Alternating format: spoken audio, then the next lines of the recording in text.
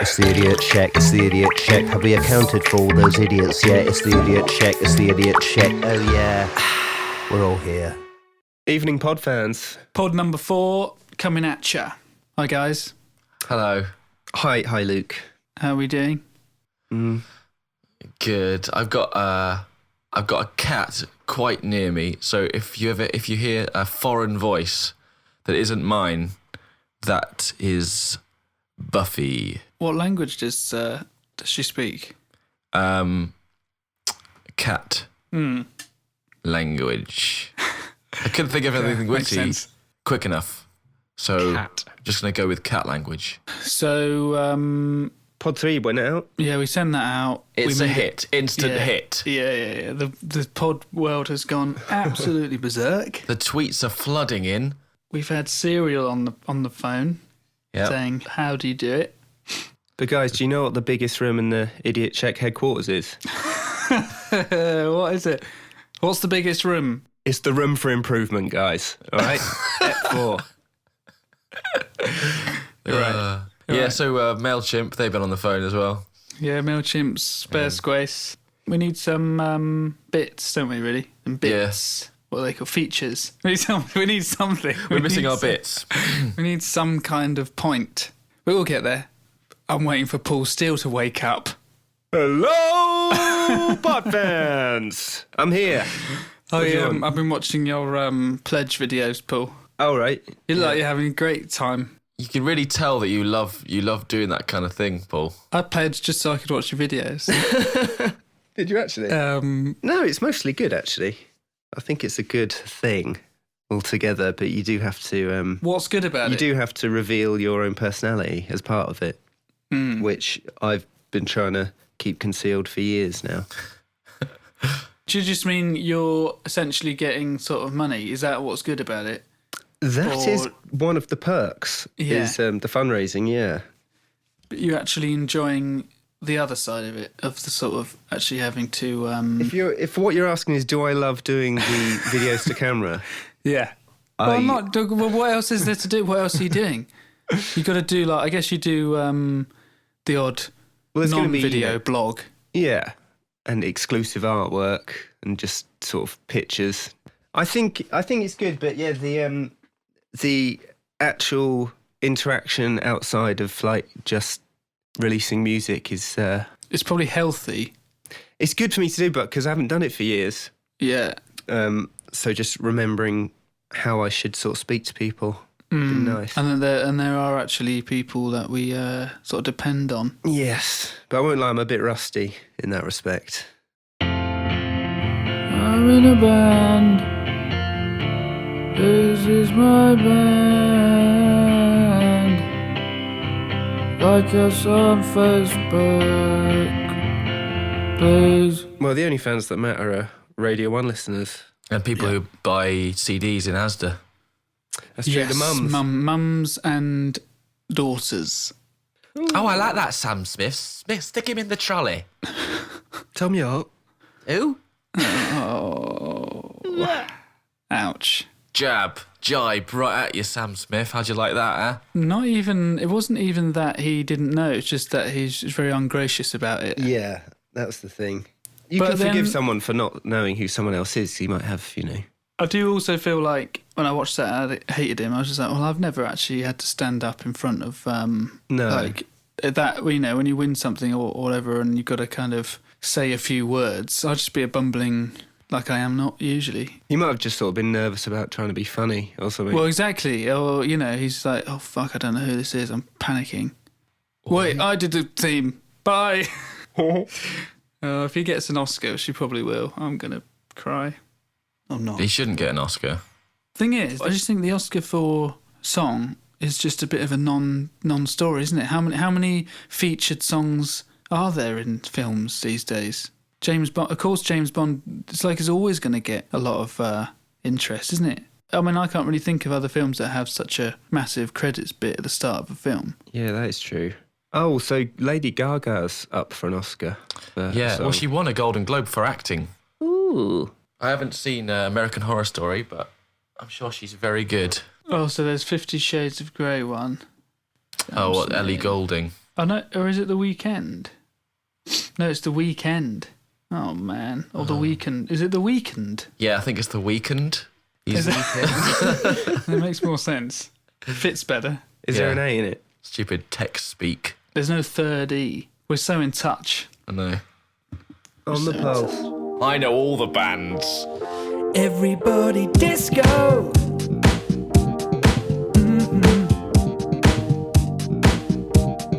Everybody disco. Oh. Did you see this thing? There's some follow-up. You know, people do follow-up about stuff we talked about in our previous pods. There's a Lost Prophets story that came up in the news. This was a while ago, actually. I wrote this down. Taylor Swift's music. Well, Taylor Swift appeared, her name or her music like appeared back on Spotify just randomly. It was just one track. One song from her 2012 album, Red, but it was attributed to Lost Prophets. What? What? It was on a Lost Prophets album. Oh, so yeah, that was it. Right. So you need a singer. Right. Start again. So her song came up when you played "I Knew You Were Trouble" by Lost Prophets. You click it, and it plays. It's played a Taylor Swift song. How does that happen? on Spotify. Is that a little? Do you think that's a little like naughty work experience guy at Spotify? Maybe. Yeah, it was up for 3 days and apparently had 39 million plays. It's the most Lost Prophets have had in a while. Yeah. Wow. I don't understand how that happened. Gremlin. Oh, okay. So it was, I think something, so it was actually her song. That's why it had 39 million plays, because it was, I think most people might have seen it as a Taylor Swift song. But that would be confusing if you were a Lost Prophets fan. Lots of things must be confusing. Yeah, there are a lot. I've seen a lot of Lost Prophets tattoos on the internet. Oh, God. Being lasered off. Well, I saw one of Ian Watkins' mugshot. Oh, really? Yeah. Deary me. That's pretty bad, isn't A it? friend of mine got a darkness tattoo, Really? which they must have been regretting. That's not so bad. No. It's not so bad as the mugshot of a convicted paedophile being tattooed on your chest. I mean, the darkness were bad, but I've just had this is breaking news, gentlemen. Miss Hannah Cousins is now following us on Twitter. Our listenership has doubled. That's Luke's wife, by the way. Huh? good lady. Different name, though, isn't it? What's that all about? I don't blame Hannah in any way. I would be the first to get rid of my surname if I could. But I like can't. it. Well, I could. I like it. Quite easily. Me and Tom could have a name each. I'll take Sital. We could add parts of your name to our names and then have double-barreled names ourselves. So Paul could be Paul Sital-Singh. Yep. And I could be Tom Heronsing. And why would you do this? So we're relieving you of your name. Oh, so you don't have okay, to deal right. with So it it doesn't die officially. Yeah. It doesn't, No, it still lives on. I do have a family who have my name, like my small 4-year-old white, ginger, blue-eyed nephew who's called David Sital-Singh. So he's going to have an interesting life. Good luck to him. Good luck to him. Oh yeah. Oh yeah. Oh yeah. Oh no. So Tom Heron, you went to New York, didn't you, the other day, recently? Yeah. Ages ago. Yeah, it was the beginning of December. Tell us about it. It was nice. I can't remember anything about it. It's been too long. Brilliant. Okay, cool. Well, delete. I went to church and then ran out. Yep. Told you about that, didn't I? What happened? Well, I felt like I was about to be victim to a terrorist What made you think attack. that? Yeah. I think it was on my mind. It was on my mind because there's stuff happening in the world, and I was in New York, and I'd just been to see the 9/11 memorial.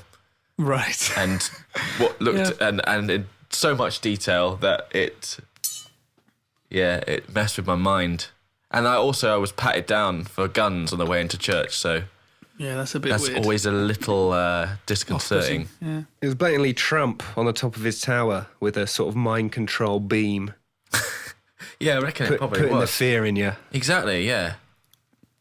Did you find the 9/11 thing? I didn't go when I went to New York, but Hannah went on her own, and she found it all a little bit sort of distasteful, like keychains, mugs, I didn't see stuff like that. I didn't go in the gift shop. Right. Yeah, but I don't think she went in. But I think there was like all these signs for them and stuff. Yeah, like, I think there was offers. that stuff. I think the only thing that I felt was maybe bordering on distasteful, although I was interested in it, if I'm honest, was you could listen to like the people on the planes on phones. So you could pick up a phone and you could hear a air hostess on one of the flight 93 or whatever saying, "This isn't good," and it's a little bit like, oh. They also had like huge screens which had video footage of the towers collapsing, which was pretty mental as well. I don't know what I feel about that kind of thing. Just seems I don't know, gratuitous, a bit unnecessary. Yeah, and it was so detailed. Like literally every second of the day they documented in there. And you were kind of going further and further underground. And after a while it got a bit sort of suffocating, so we got out. Although it was really interesting, but it was just a bit much. Maybe it's just because it's sort of recent or something, but I don't know, because you'd have the same thing on like Holocaust museums and stuff like that. But yeah, it's because it wasn't in your lifetime. Yeah, maybe. You were old enough to remember 9/11, like you know, as an adult almost, or I was technically an adult. What was it? 2011. 2001, mate. Well done, mate. Oh my god. Cut that out. That was wasn't that when you released your album, Luke? Yeah, another atrocity. Worse in some ways. Oh, this is good. This is good, isn't it? Oh. This is good. Good thing we can edit this, isn't it? So Wow. yeah, it wasn't all about that. There was nice stuff as well. I went to Macy's. That wasn't nice at all. That was horrible. Yeah, I remember going in Macy's. I went on Saturday as well. What an idiot. Thinking this is rubbish. Because when I went, the first time I went, when I went to Macy's when I was like 5 or 6 or something, it was the biggest department store in the world. Don't know if it still is. But that was the reason why I went in. Outside Macy's, there was, and a couple of other places, there was Salvation Army people dancing with bells to popular sexy dance music. Oh yeah. That was weird. I think I've got a little recording of one. Hold on. Salvation Army are doing sexy dances in the street with bells. Yeah. Wow. Yeah. So basically, they were dancing to like single ladies and stuff, old ladies, but like dancing like, you know, sexy. Gyrating. Yeah, absolutely. And they were like going for it, and they all had these little bells in their hands, and they were getting passers-by to dance with them, and because they're Americans, most of them, they were doing it. Yeah. While the Brits just stood around watching in disgust. Did you dance? I did not. I stood back and judged others dancing. Said, I could do better than that, but I'm not going to. That sounds awesome. Yeah. Can you play Sweet Child of Mine? And you were in LA, Lukey. I went to LA, little holiday. Is that in America too? That is in the USA, actually. Ooh, different. Yeah, we did. You got to Uber in LA. You got to drive basically, which is kind of annoying. You can't really potter around, No. can you? You have to just make direct. Right, we're going to go there, and then you have to drive for 10 minutes. I totted up how much money we spent on Uber cars. Just to explain just quickly what exactly Uber is, because I know I've been in one, and I know it's a taxi, but it's like a private taxi firm thing, or Do they even have it? They don't have it in Brighton. they don't have it in Brighton. They have it in London. I've been in one with Sandy, and I don't understand how it worked because he didn't seem to give the driver any money. Sandy? We're doing a runner. Did you just run? Did you run out? Yeah. Quick! I think we've got away with it. Well, yeah, it's technically, I guess, private cabs run through an app. That is short for application. And you basically have a little account on there, and if there is Uber in your town / city, then you can book a cab on there, and you see a little map of them all floating around. Are they more or less expensive? They are less expensive by a substantial amount. Really? Well, I don't know how substantial it is, but it's definitely cheaper than black cabs in London. How's the small talk compared to normal cabbies? It's pretty good. Oh yeah, and then it's all done on credit card or PayPal or something, so you don't actually pay them any money, and I don't. So it doesn't feel like you're brilliant. paying for it, but your phone knows. Yeah, that's that the thing.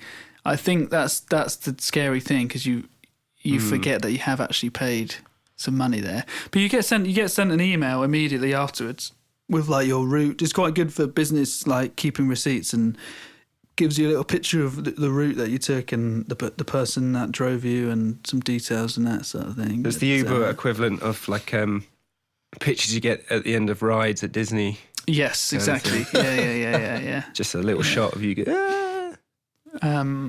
But it is pretty good. It is pretty darn good, especially in LA, where it is cheaper than normal cabs, and there's millions of them. Because that's sort of one of the criticisms, is that I don't think there's a lot of background checky training involved if you want to be a driver. So they could be more taxi murderers. Yes, or just bad drivers, which we had a fair few in LA. There was one guy, and it was probably one of our longest trips, about sort of half an hour or something. He had a few ideas, I tell you. He said, "I don't think we're running out of oil. I think Mother Nature just makes new oil all the time, because there can't have been that many dinosaurs." He just sort of came out with that. What? Doesn't make any sense. Well, so I'm sort of like, yeah. What do you say to that? Asking to elaborate, and I think he basically meant that he thought that oil was basically dead dinosaur, like decomposed dinosaurs, and so all oil. That's where all oil came from. He was like, "How far down were these dinosaurs anyway?" What, you mean that they're digging for dinosaurs and he's halfway there in some ways. Like, it's sort of it's like living plants and stuff, isn't it? That over the years has kind of become oil. Yeah, no, it's not. It's dinosaurs. No, but it's all like living organisms and bits and bobs that just sort of decompose and die and stuff. I mean, I'm probably being just as ignorant as him, but that is my GCSE science knowledge. He was just coming up with all this stuff. When you sort of think, what do I want to do it? Because I don't know this guy. I'm never going to see him again. I don't really want to have a weird sort of argument in a cab. So I just was like, yeah. Yeah, I know what you mean. And he said the best bit of sort of logic that he came out with was, there's no way we're running out of oil. Look at all these cars. They're still going, Luke. They are still moving. Yeah, look There's at all plenty. these. Look at all these cars. You were in one. Proof. Yeah, we've got. Look how many cars there are in LA alone. Of course, we've got loads of oil. That's a good point. It is a good point. Yeah, the man is on something there. No, I know what you mean. Yeah. Can we get out? I think he'd drop us off here. Actually. Just drop us. But he was from Texas. Do you find that when in America and talking to Americans that you accidentally slip into their accent? No. Do you talk with a baby I wasn't voice? there long enough. I found that when we did an album in America, we did it in New York in 2010, or 9. And we're in a place called Bethpage, which is kind of middle of nowhere. And I found myself like accidentally putting on a bit of an American accent slightly when Americans would talk to me. So I kind of like, to counter it, I went full on Russell Brand Cockney, sort of hammed up my own accent, just like, have a bloody ice cream, please, mate. Cheers. Why did you do that? Because I didn't want to be like the guy who's like talking in American. Hey man, yeah, thanks. Sometimes you got to do that. Like I was out there with my family years ago, and we were at a restaurant, and the waiter came over and said, "Would you like any sauce with that?" And my sister wanted ranch sauce, so she was ranch. It's like, what? Ranch sauce, please. What? And so my sister just leant over and just went, ranch. It was the only way to get through. Ranch. 10 points if you can give me the name of the group performing. Downing Haslam. The Sugar Hill Gang. No, you can hear a bit more, Maudlin. Just killed a man, put a gun against his head, pulled my trigger, now he's dead. Mama. Maudlin Chan. Kool and the Gang. It was a good trip. Just faffing around, eating loads of food and not putting on weight because Hannah took me to loads of, gluten-free, everything-free, flavour-free. No, there was some good. We went to one restaurant which just blew my mind. This chicken, I've been talking about it ever since. This chicken, right? It was just a bit of chicken, but it just tasted brilliant. Like no chicken I've ever tasted before in my life. What did it taste like? Just chicken. Just tasted how I imagine chicken should taste like. Well, like KFC. That could be anything. It didn't have like a sauce. It didn't have like a. I don't know what it had, but it was just a bit of breast or something with nice crispy skin on the top. Just melt in your mouth kind of chicken. Like how the heck how have you done that? Should chicken melt in your mouth? Well, not melt in your mouth. You suck on it. Drink it. You've never tasted chicken like it before. You should toast Melt it in your backwards. mouth, as in very succulent, very nice. It was just weird. I still can't really understand this chicken. But Well, maybe we'll do some research on it. This was at the pop-up Alma restaurant at the Standard Hotel in Hollywood. And if any LA fans, check it out. It's brilliant. Good cocktails too, actually. Expensive. What do they taste like? Cocktails? They solidify in your mouth. It's quite impressive. Oh, really?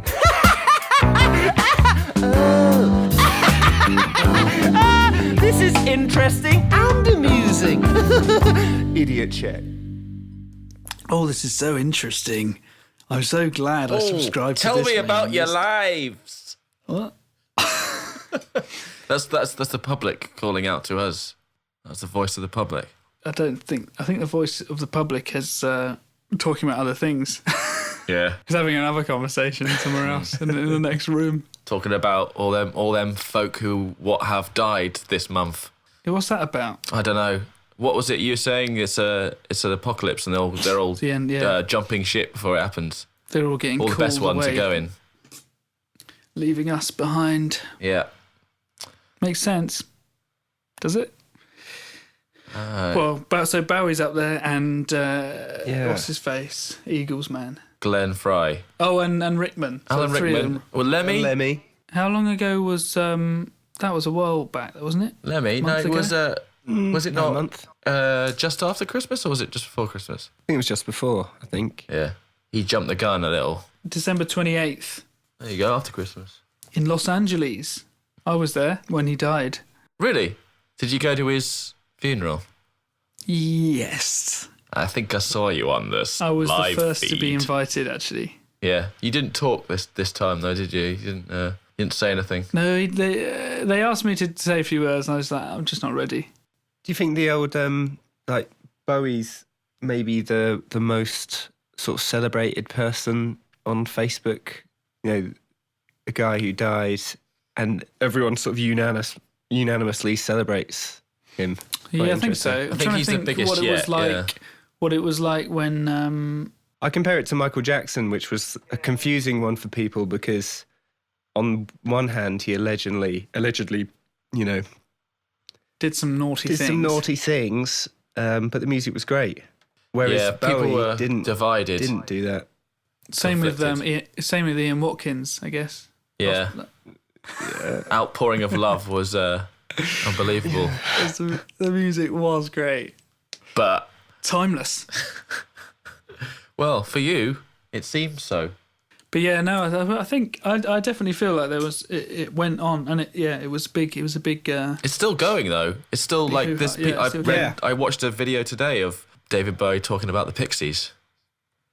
Right. You don't have to scroll down very far to find more Bowie stuff. Rickman was not so well addressed, I don't think. Well, I don't think the younger end of the spectrum really gave much of a shit. Well, I mean, surely he's Other than Snape, but I mean, it's just like Snape. All these kids grew up with How many Snape. people really think about Snape on a daily basis? I think about him every day. I think about him a lot. Okay.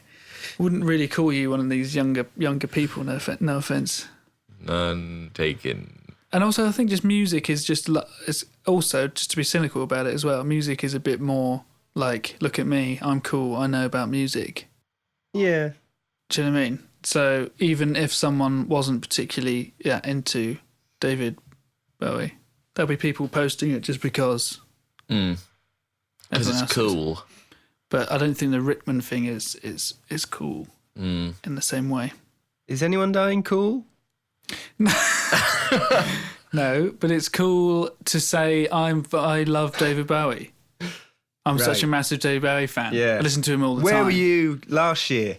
That is my cynical That was your point, yeah. little voice that pops up every time this happens. Why weren't you posting vids about him every day last year? But this is my year, you see. I don't know if you noticed.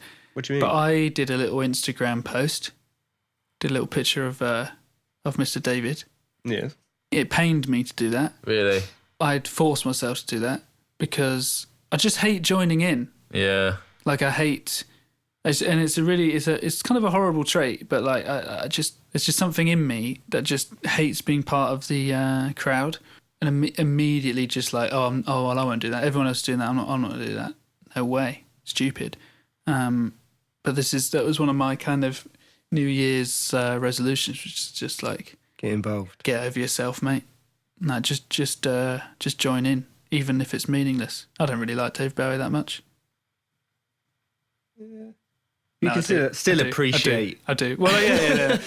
Well, I mean, I wouldn't call myself a massive fan or anything. Really, I haven't really. I don't think I've ever listened to a whole David Bowie record from start to finish.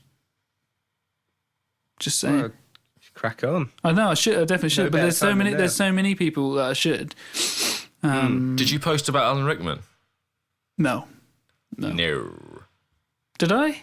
No, I don't think so. No, I didn't. I don't even know. It doesn't matter anymore because I'm just joining in. Maybe I should. Maybe I will. It's too late. Don't lie to me. Potter.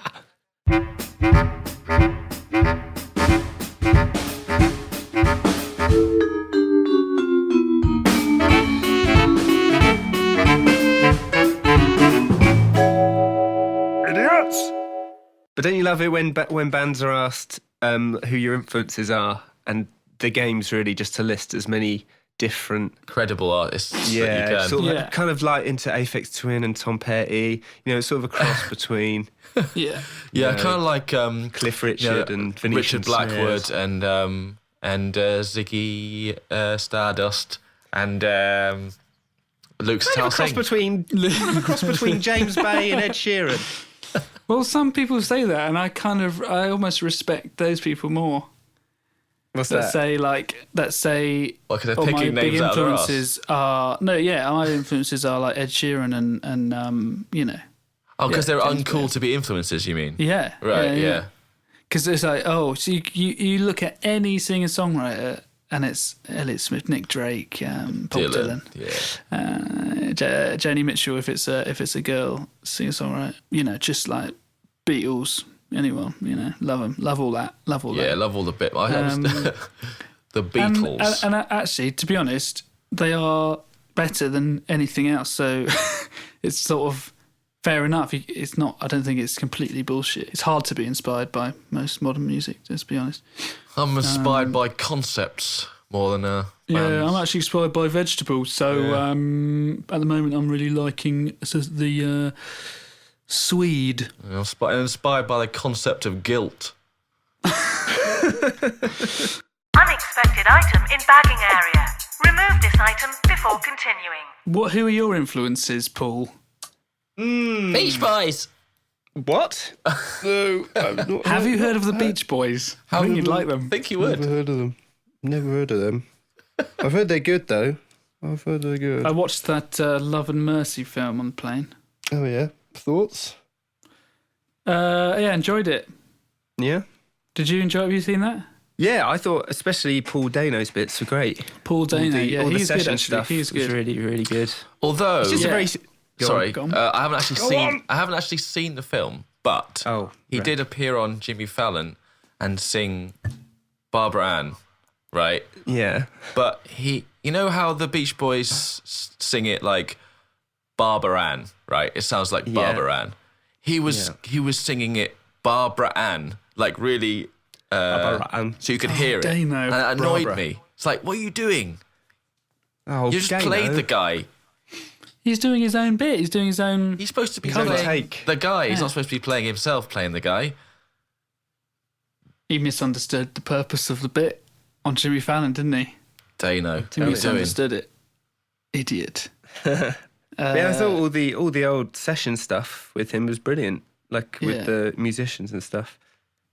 And I don't know. I think I watched that and Amy Winehouse film quite close together, and it made me quite depressed about talented people. Yeah, they're pretty bleak actually. I actually had no idea about anything about Brian Wilson.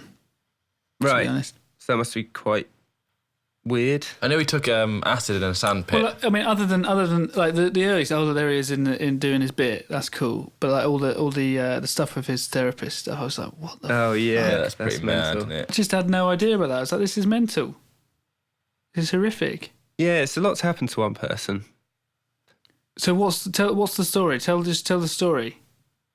What? Briefly. About Brian Wilson's life? Yeah, no, his therapist thing. His therapist. 'cause His therapist. I forget the details. Basically, after sort of Brian Wilson went into spinning into depression, he kind of ended up just lying in bed for about 2 or 3 years.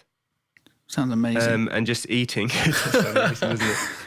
And he sort of became a complete recluse and was acting strange. And I think Landy was brought in by the band to essentially save his life.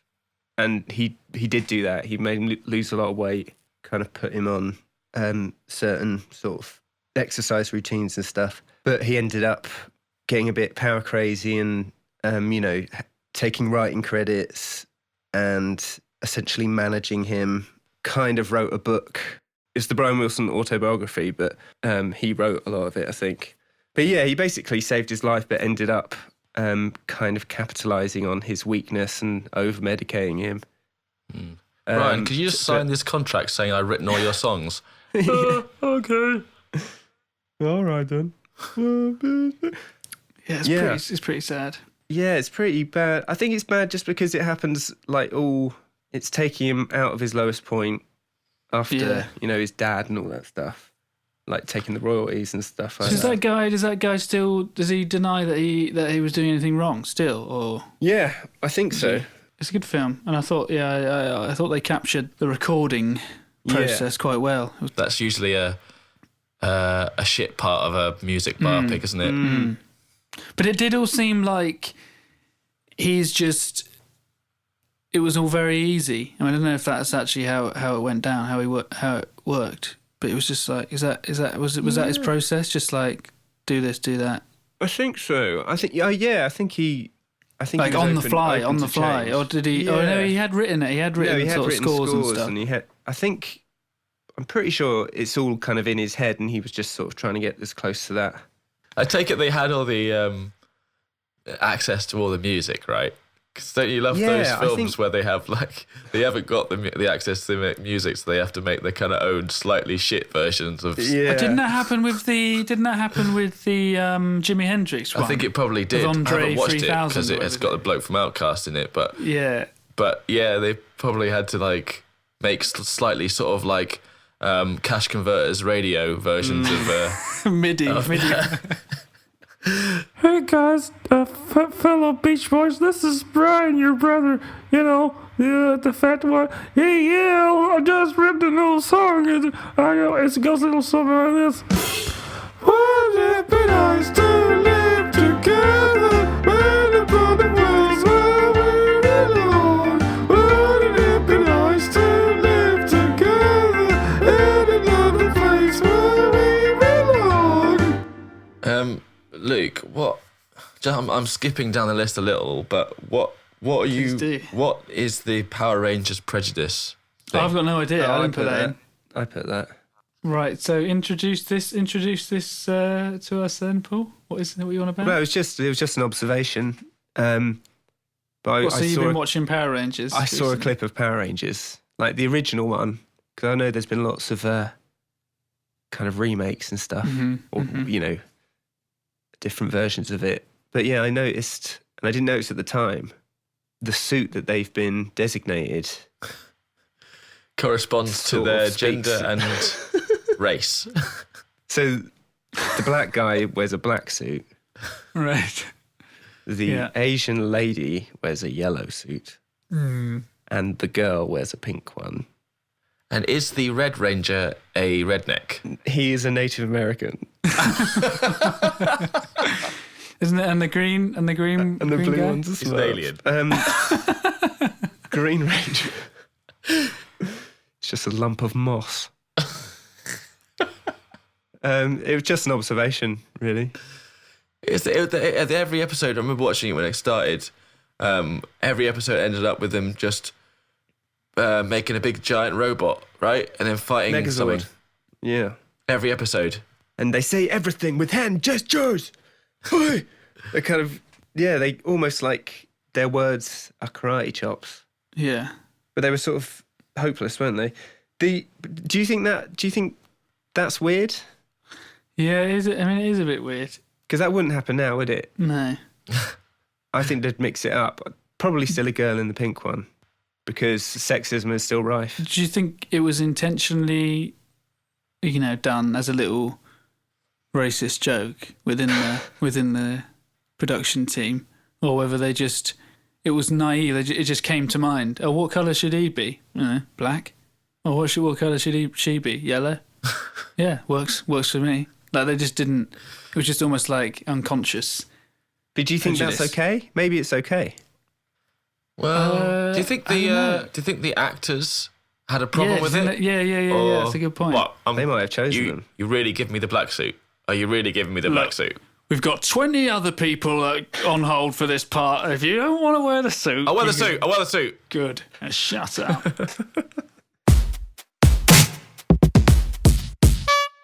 Shall I tell the story of my dad and Slipknot? Yeah, do it. Yeah, that's a good one. We went to chaperoned me to Reading Festival. I forget the year, but Prodigy were headlining on the Sunday. So if anyone wants to work out the dates. And all my mates went on their own, but I had to go with my dad, which is brilliant. And my favourite band at the time was a little known outfit called Slipknot. Heard of those guys? Yeah. Yeah. Well, you can hear that in your music. Yeah, you really big can. influence. It's one of my main influences. But they, and he knew that. So I get there and I run. I just as soon as I get there, I just run off and meet my mates, and leave my dad to just walk around on his own. And I only went for the one day, the Sunday, so it's not like he was on his own for 3 days. But so I went off. So he's got his, you know what Dad's like. He's got his big camera. He doesn't know how to use, taking the snaps. And then it came to the actual performance, and my dad, bless him, wanted to take photos of the gig for me. So he ventures into the crowd. He's never listened to Slipknot, by the way, I don't think. He just knows that they're my favourite. Sounds like something you learn at Scouts. What? A Slipknot. Yeah, here's how to survive a Slipknot gig. Yeah. But he ventured quite deep into the pit. I mean, I knew it to call it a pit. He just knew it to call it a friendly gathering of bold people, with a lot of barbed wire. And he just set up his tripod. Of course he would. Why wouldn't he? He wanted to capture people equal shit for his son. Yeah. Why wouldn't he set up his tripod in the middle of the mosh pit? There's people around him like going, "Are you sure you wanna do that, mate?" He's like, jolly, yes. Why ever not? This is my son's most favouriteest outfit, and I will document it for him. And yeah, of course, the band come on. Hell descends, and he gets his camera lobbed in the air and his jacket chucked all over the place. How did he get his jacket? If you imagine like a brown, he put his jacket on the floor or something, or he'd like over his tripod. Well, people just pick them up and lob them in the air. I think so. If you imagine like a brown Mr. Bean sort of struggling in a mosh pit with trying to get his camera and excuse me, make his way out of the alive. But it's one of my favourite stories of my dad, because I found it very very sweet. It's a sweet story. And very naive, but did you have like skate chains and like big baggy blue bolt jeans? Yep. Excellent. I had the barbed wire necklace. Could we link some photos of you in that era on the? Okay. I don't have any. I don't think it was because it's pre. Burnt them all. I saw a little file on your computer the other day that said "Luke freak on a leash" JPEG. Stick that on the pod links. The year you went, I believe, was 2002. Good lineup, amazing lineup. Weezer were playing, the White Stripes, Foo Fighters, Strokes. Didn't see any Offspring. of them. Loads of quite good stuff there. I was only there on a Sunday. What was on a Sunday? I remember seeing. Because the other thing that was great about that day with my dad was, as soon as we got there, before I ran off, found my friends, we were kind of stood at the main stage, like a fair distance away, but just watching the screens and stuff. And the band Dillinger Escape Plan. Yeah, on first. He shat in a little bag. Oh, cool. And a little plastic bag, did a little poop in there, and then he proceeded to throw said bag into the crowd. At my dad. We were pretty far away, but I just remember, because he didn't really know what anything was, so this was just like the first introduction to the day we were going to have. And then the bag was thrown back on stage. He opened the bag up. This guy had a Daz White T-shirt on, and he proceeded to smear the turd across his chest. Oh, cool! And then dive into the crowd, chest first. Ooh. So were you thinking that was awesome at the time? I was sort of thinking, "Fuck yeah, no, he's done it!" I remember a feeling of kind of. A bit like when you watch a film with your dad and there's a nudie bit. Yeah. And you kind of like... I'm just going to go make some toast. Anyone want any toast? Yeah, but not quite as bad as that. Not quite as awkward as that, but a bit like that. And a bit like... Is the guitarist playing a Strat? I don't know this band, Dad. I don't know this band, promise. But he looked pretty... This pretty band shocked. are a load of rubbish. I saw NoFX, I remember seeing. Was it the year NoFX had the like A3 banner on the main stage? like a tiny, because everyone had big... Yes, yeah, I was think there. I remember them having there. a silly We were both silly thing. in the same field, Luke, but unbeknownst to one another. Did you stay for Prodigy? That was brilliant, actually. Yeah. Prodigy. I didn't see Corner Shop, who were apparently there as well. Oh, that day. Oh, I'd have been all over that. Everybody needs a bosom for a pillow. Breaking news. Kanye West planning David Bowie album with Star determined to continue his work. Cry out loud. David Bowie tribute album. Oh, a tribute Thanks, album. Kanye. But he's not actually continuing the great work of David Bowie. No, if anything, he's probably going to be soiling it. Ziggy Stardust. Yeah, right, that's good. Shitty Stardust. I No? don't think of more. Life on Arse. Never mind. Life on Arse. But the film is a saddening bore, 'cause I wrote it 10 times or more. It's about to be rigged again, as I ask you to focus on sailors fighting on the dance halls. Oh no, look at those cavemen go. Yeah, it's the freakiest show. Is there life on Earth?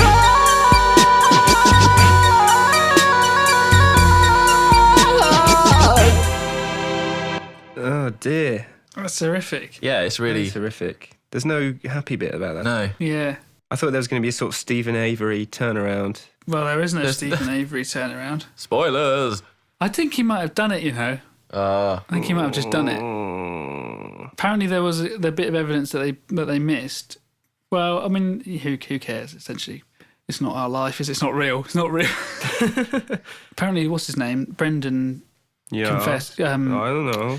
Confessed to helping him move her car into his lot, and that Stephen opened the bonnet and took the battery out or something. And that's another place where they found his sweat DNA, which would have been impossible, or near on impossible to plant. Right. What's the significance of taking the battery out?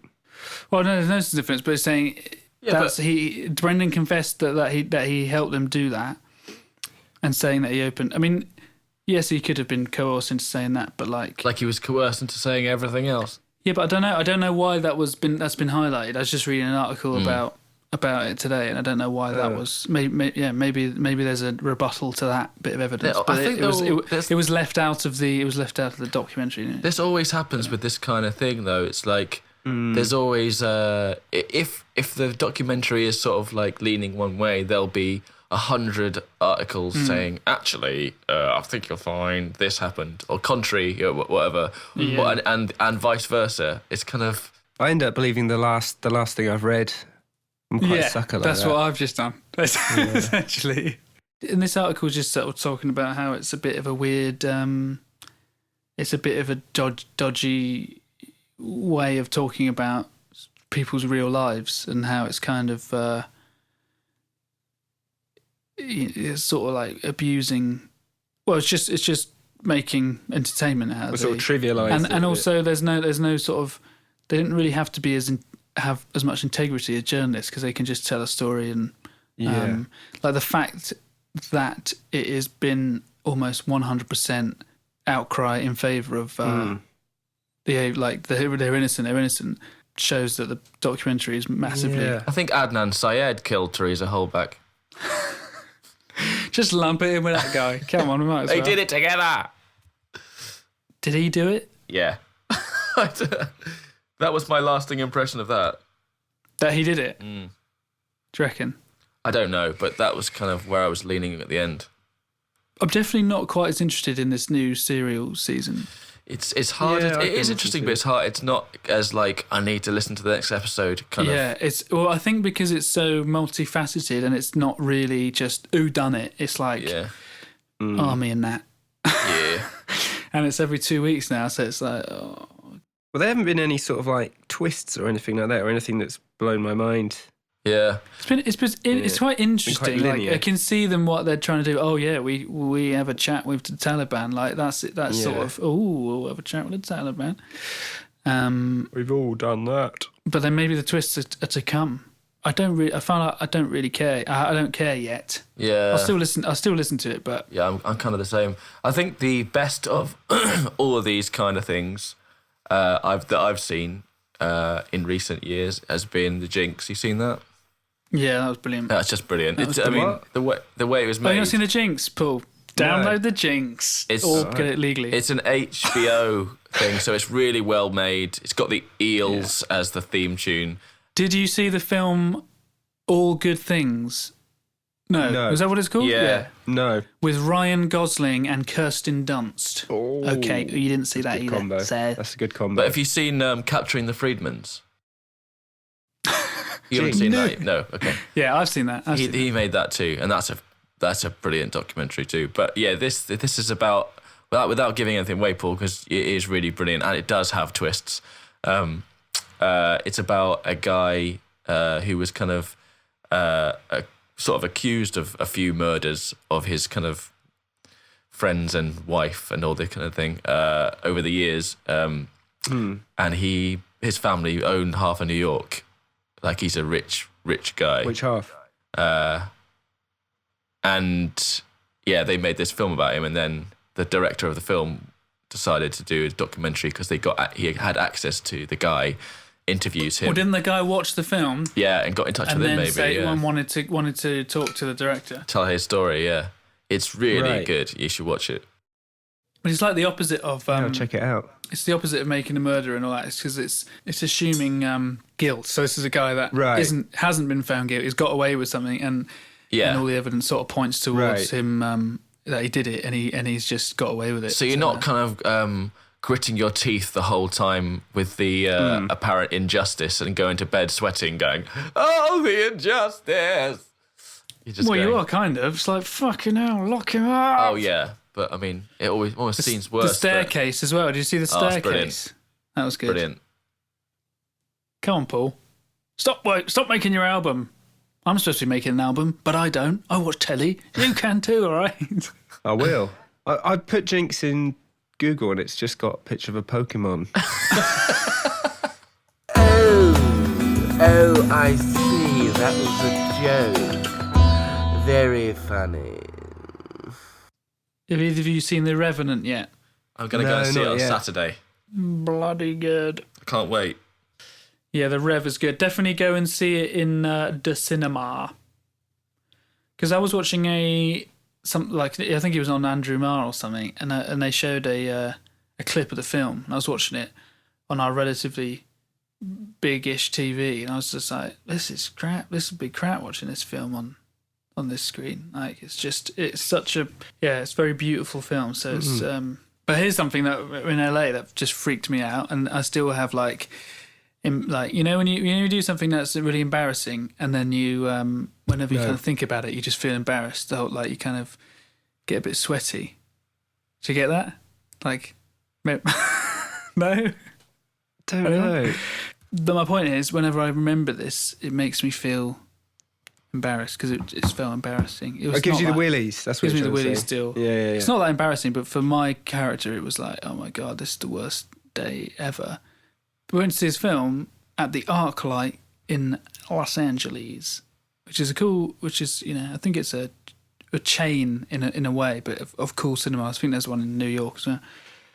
It was meant. I think the showing was 8 p.m. or something, and we were queuing up to get a bottle of water, and it was about 5 minutes past 8, and I was already getting freaked out that we were late. It was a massive screen, and we'd booked the tickets like right in the middle, good seats. I walked in there at like 8:05. It already started. Started at 8.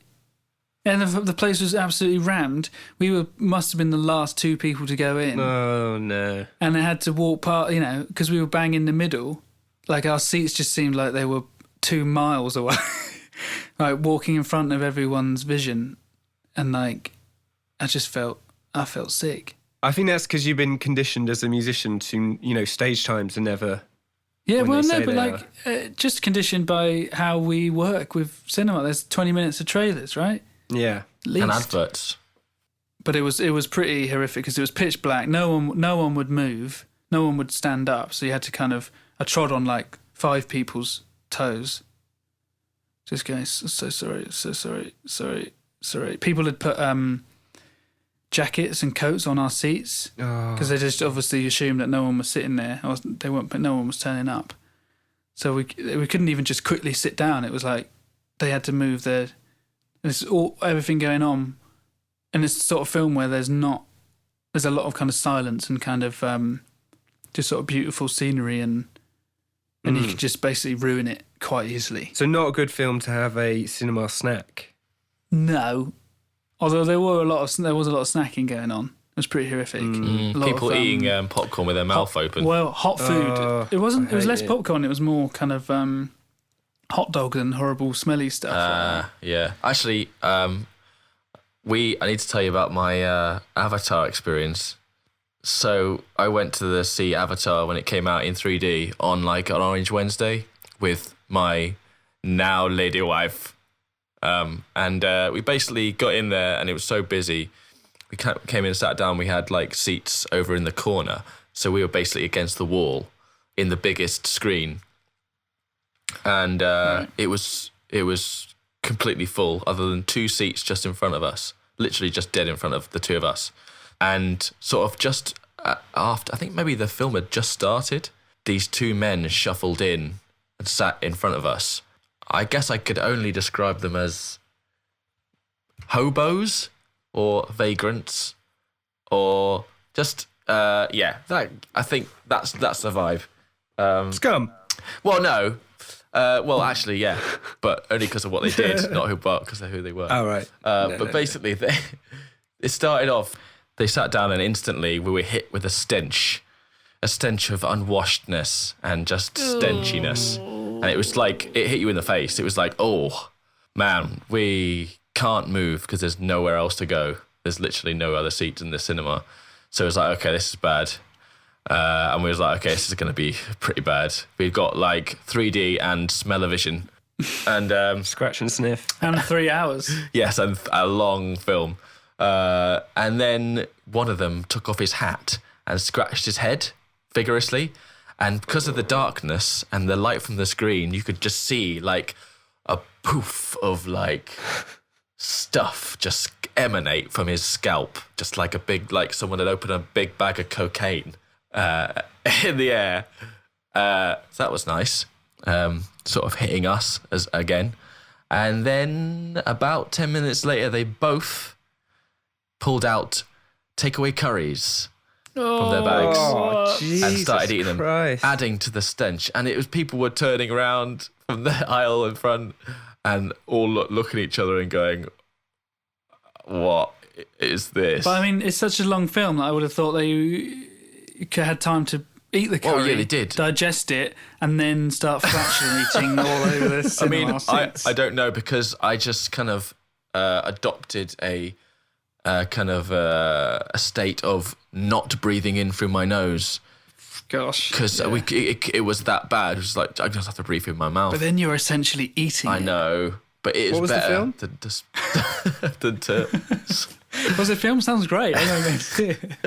It was about Avatar, some blue hobos from some other planet. Avatar, right, yeah. Who stank.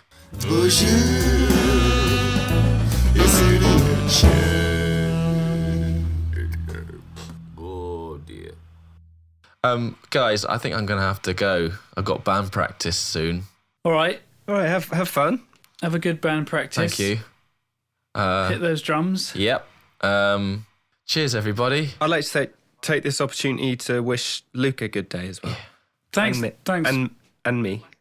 And myself. Have a good day, Paul. If there's people listening, can they get in touch with us somehow? Oh, yeah. Tell us things. You could tweet at us. Hang on. This is good. I'll just get it right. Hang on. Idiot Check FM is the handle. Idiot Check FM. Would anyone want to contact us? We have 7 followers. And and the email is hello@idiot hello@idiot-check.com. That's hello@idiot-check.com. Thank you. Bye. Pod out. Bye. Bye. Bye. Bye. Bye. Huh? Bye then.